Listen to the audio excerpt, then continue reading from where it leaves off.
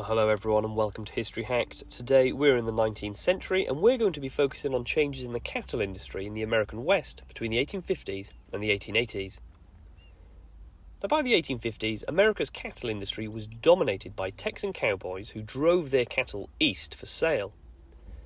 They were increasingly disrupted, however, by farmers in Missouri and Kansas who were worried about Texan cattle bringing a disease called Texan Fever with them that was often fatal to their own animals.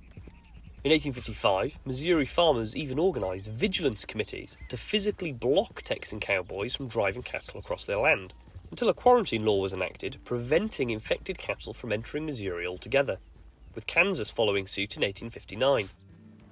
Now, it's impossible to know how such tensions may have developed beyond this, as the American Civil War broke out in 1861 and completely changed the cattle industry altogether. One of the unintended consequences of this conflict, after all, was that while Southern cowboys went to fight for the Southern states, their cattle got to know each other quite well, and by 1865 there were 5 million cows in Texas alone. So many cows being in one place led to the value of each cow dropping. In Texas, you could only sell a cow for $5, but in Chicago in the north, you could sell a cow for $40.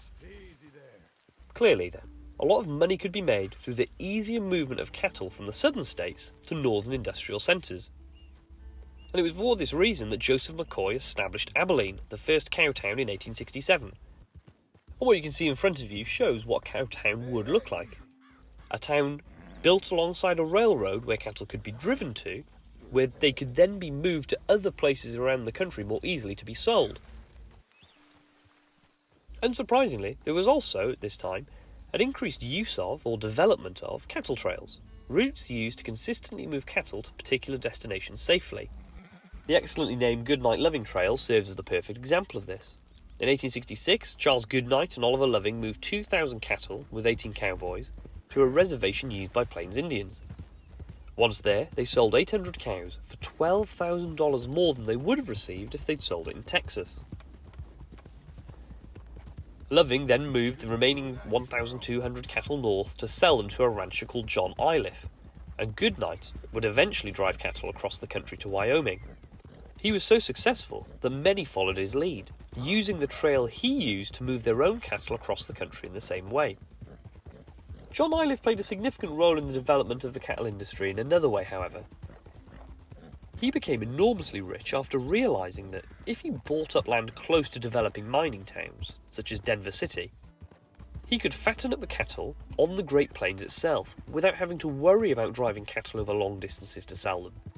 By 1870, his ranch covered 16,000 acres of land, and cattle could roam freely across this area, a development referred to as ranching on the open range. Although long drives along cattle trails to cow towns, reservations and mining towns continued, a group of men, subsequently known as cattle barons, followed Iliff's model, and they would ultimately come to dominate the industry. Now what you're seeing here represents the type of land that would be used for ranching in the open range. There's lots of grass, there's water, there's lots of open space, but as you can see, there's a distinct lack of cows. Now, the game that you're seeing footage of here, Red Dead Redemption 2, is set at the end of the 19th century.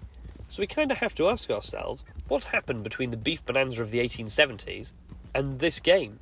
Well, by the early 1880s there was so much beef available that ranchers struggled to make profit by selling cattle and decided to hold on to it instead, hoping prices would eventually return to what they'd been before. But with more cattle now feeding off the same area, many ranchers experienced something called overstocking, whereby too many animals were feeding off the same area, eroding the soil and destroying the grass. These challenges were then compounded further by the winter of 1886-1887, where temperatures dropped, in places as low as minus 55 degrees Celsius.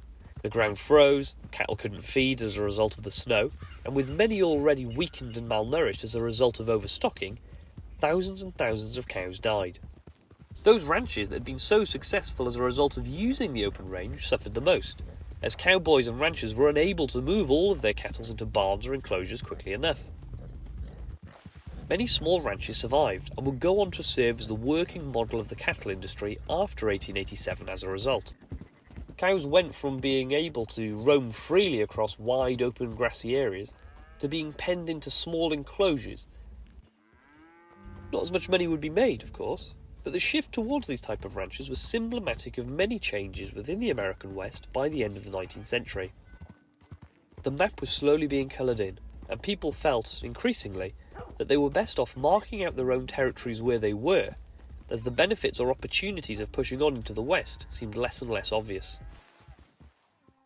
But that's all that we have time for today, so please don't forget, if you like what you've seen here and you'd like to see more, to like this video and to subscribe.